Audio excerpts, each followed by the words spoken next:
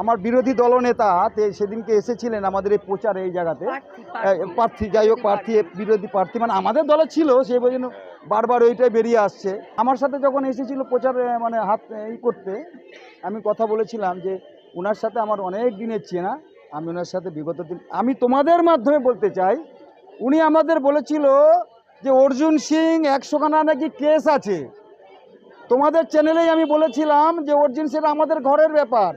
আজকে কি তাহলে ওয়াশিং মেশিনে আবার ঢুকে গেল অর্জুন সিং? এই প্রশ্নের উত্তরটা তুমি আমাদেরকে একটু এনে দিও।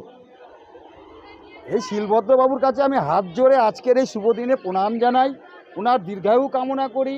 উনি আমার দলের সৌগত রায়কে না নিয়ে না পড়ে থেকে ওনার দিকে লক্ষ্য রাখুক।